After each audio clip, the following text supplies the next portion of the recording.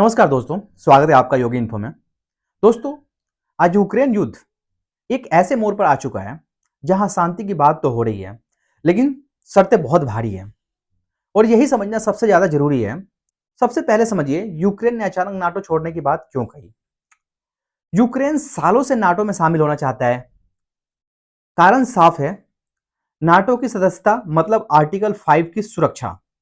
यानी अगर यूक्रेन पर हमला हुआ तो अमेरिका और यूरोप सीधे उसके साथ खड़े होंगे और उसके बचाव में खड़े होंगे। लेकिन दोस्तों, सच्चाई यह है कि नाटो के कई देश आज भी यूक्रेन को सदस्य बनाने के खिलाफ हैं। वो नहीं चाहते कि यूक्रेन नाटो का सदस्य देश बने। जैसे Germany, America, Hungary, Slovakia Ukraine को तुरंत सदस्य बनाने के बिल्कुल खिलाफ रहे हैं, क्योंकि वे रूस के साथ सीधे टकराव से बचना चाहते हैं।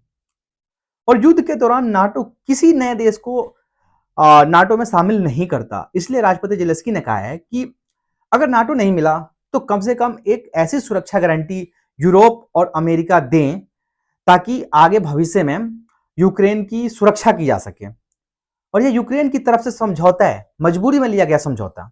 अब आते हैं पुतिन की असली मांगों पर। रूस के राष्ट्रपति व्लादिमीर पुतिन ने यूक्रेन के सामने साफ साफ शर्तें रखी। जैसे पहली शर्त, पूरा डोनबास छोड़ना पड़ेगा यूक्रेन को। डोनबास में डोनेस्टेक और लुहांस आते हैं। ये यूक्रेन का औद्योगिक और राजनीतिक इलाका माना जाता है। रूस आज डोनबास का करीब 88% हिस्सा कंट्रोल करता है, लेकिन यूक्रेन जो हिस्सा अभी भी अपने पास रखे हुए है, लेकिन पुतिन चाहते हैं कि वो पूरी तरह छोड़ दिए जाएं। यूक्रेन के लिए ये मांग स्वीकार करना लगभग नामुमकिन है, क्योंकि यही इलाका रूस को आगे बढ़ने से रोकता है। दूसरी शर्त है, नाटो को हमेशा के लिए भूल जाए यूक्रेन। पुतिन चाहते हैं कि यूक्रेन संविधान में नाटो का लक्ष्य बिल्कुल हटा दिया जाए और खुद को स्थायी रूप से एक न्यूट्रल देश घोषित करे यूक्रेन। भविष्य में भी नाटो में एंट्री का कोई रास्ता ना रहे। और यही मुद्दा युद्ध की जड़ भी है दोस्तों। यूक्रेन चाहता था कि यूक्रेन को नाटो में शामिल किया जाए और पुतिन चाहते थे कि रसिया के बॉर्डर तक नाटो सैनिक ना आए, नाटो ना आए, और यही रसिया रोकना चाहता था। तीसरी शर्त, कोई वेस्टर्न सैनिक ना हो। रूस साफ कहता है कि यूक्रेन में ना नाटो की सेना हो और ना ही यूरोपीय पीस कीपिंग फोर्स हो। पुतिन को डर है कि पीस कीपिंग फोर्स के नाम पर नाटो सीधे यूक्रेन में जमा हो जाएगा और अपनी सैन्य जो उपस्थिति है वो मजबूत करेगा, और ये रूस के लिए भविष्य में खतरा साबित हो सकता है। इसीलिए रसिया कभी नहीं चाहता कि या नाटो या कोई यूरोपियन पीस कीपिंग फोर्स या फोर्स यूक्रेन में आके स्थापित हो और यहां से ऑपरेट करें। लेकिन क्या पुतिन बिल्कुल अड़े हुए हैं? नहीं, यह एक अहम बात है। इस बार रूस ने कुछ इलाकों पर नरमी जरूर दिखाई है। जैसे जोपोरिजिया और खारसेन में मौजूदा फ्रंट लाइन पर लड़ाई रोकने को तैयार है रूस। खार्किव, सुमी और ड्रोनपी के कुछ छोटे हिस्से लौटाने का भी संकेत दिया है। यानी रूस कह रहा है डोनबास दो, तो बाकी पर बात हो सकती है। दोस्तों, अब बात करते हैं अमेरिका और ट्रंप की भूमिका क्यों अहम है इसमें। डोनाल्ड ट्रंप लगातार कह रहे हैं कि वो युद्ध को खत्म करवाना चाहते हैं और खुद को पीस मेकर प्रेसिडेंट के रूप में देखना चाहते हैं। वहीं पुतिन और ट्रंप की अलास्का मीटिंग के बाद पहली बार रूस की शर्तें इतने साफ साफ शब्दों में सबके सामने आई।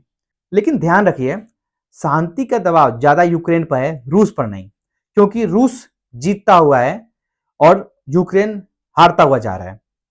अब असली सवाल क्या है, सीधी भाषा में समझे।